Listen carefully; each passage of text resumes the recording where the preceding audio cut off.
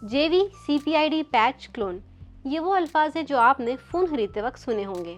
तो खबर ये है कि PTA ने इस तरह के तमाम मोबाइल फ़ोन्स के खिलाफ क्रैकडाउन का आगाज़ कर दिया है। PTA के मुताबिक इस तरह की तमाम डिवाइसेस का इस्तेमाल गैर महफूज है और PTA के कानून की खिलाफ वर्जी है। जबकि पीका एक्ट 2016 ये कहता है कि किसी भी किस्म की इलेक्ट्रॉनिक डिवाइस को टेम्पर्ड करना या क्लोन करने पर आपको 3 साल तक की कैद और 10 लाख तक का जुर्माना हो सकता है।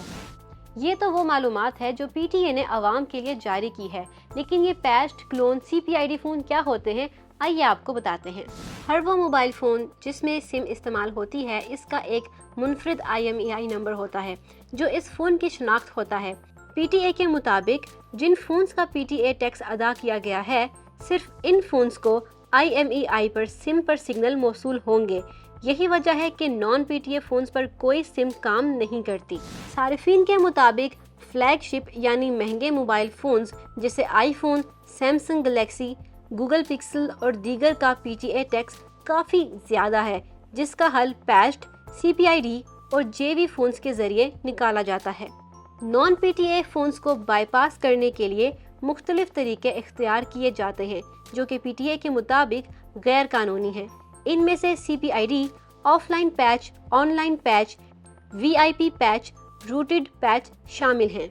इनमें निचले दर्जे का पैच रूटेड पैच होता है, जिसमें मोबाइल फ़ोन को रूट करके IMEI नंबर को तब्दील कर दिया जाता है और किसी सस्ते मोबाइल फ़ोन का IMEI डाला जाता है।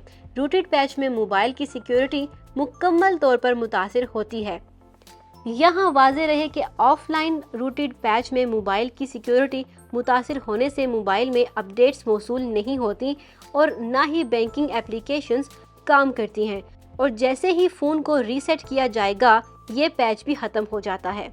दूसरा तरीक़ाकार ऑनलाइन पैच का होता है, जिसमें मोबाइल के सॉफ्टवेयर को मुतासिर किए बगैर इसके हार्डवेयर में IMEI चिप तब्दील की जाती है। इसका नुकसान ये होता है कि फ़ोन को खोलकर इसमें तब्दीली की जाती है। इस तरीके से फ़ोन में बैंकिंग एप्लीकेशंस भी काम कर जाती हैं और फ़ोन में अपडेट्स भी मौसूल होती हैं।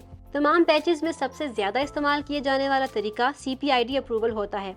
इसमें ऑनलाइन वेबसाइट्स का इस्तेमाल करते हुए सॉफ्टवेयर के ज़रिए IMEI ऐसे तब्दील किया जाता है जिससे फ़ोन रूट होने से बच जाता है। इन तमाम वेबसाइट्स के पास मखसूस फ़ोन से जुड़े आलात होते हैं जिनकी मदद से फ़ोन्स को बहुत चालाकी से PTA अप्रूव IMEI लगाया जाता है। मिसाल के तौर पर अगर सैमसंग का CPID फ़ोन लिया जाए तो इसमें और ऑफिशियल PTA के सैमसंग फ़ोन में फ़र्क बताना बहुत मुश्किल होता है, क्योंकि CPID करने में सैमसंग के ऑफिशियल टूल्स का इस्तेमाल किया जाता है। सारिफीन CPID की तरफ इसलिए जाते हैं कि ना तो रीसेट करने पर IMEI तब्दील होता है और बैंकिंग एप्स भी चलती हैं और फ़ोन में अपडेट्स भी मौसूल होती हैं। PTA के मुताबिक ये तमाम तरीके गैर कानूनी हैं और इनसे सारिफ का ज़ाती डाटा मुतासिर होने का खदशा होता है। पैच्ड फ़ोन्स का एक और नुकसान ये है कि फ़ोन गुमने या चोरी होने की सूरत में सारिफ कानूनी तरीके से फ़ोन को रिपोर्ट भी नहीं कर सकता, क्योंकि फ़ोन का IMEI किसी और फ़ोन का लगाया गया होता है। अब आते हैं JV फ़ोन्स की तरफ, और ये लफ्ज़ आपने iPhones में ज़्यादा सुना होगा। JV iPhones PTA अप्रूव्ड या फैक्ट्री अनलॉक्ड iPhones की निस्बत सस्ते होते हैं।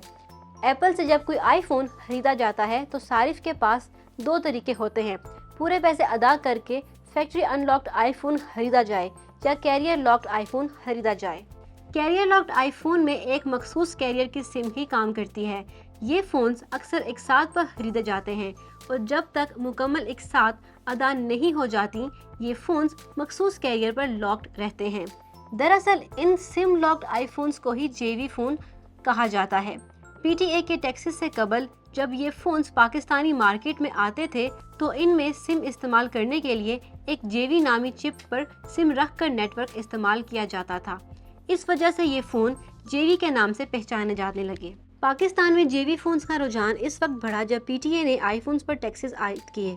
ज़्यादा टैक्स की सूरत में सारिफीन ने अपने iPhones को PTA अप्रूव करवाना कम कर दिया, और जब एक फ़ोन में सिम ही नहीं चलानी तो सारिफीन ने मज़ीद सस्ते iPhone की तरफ रुख किया जो कि JV iPhone हैं।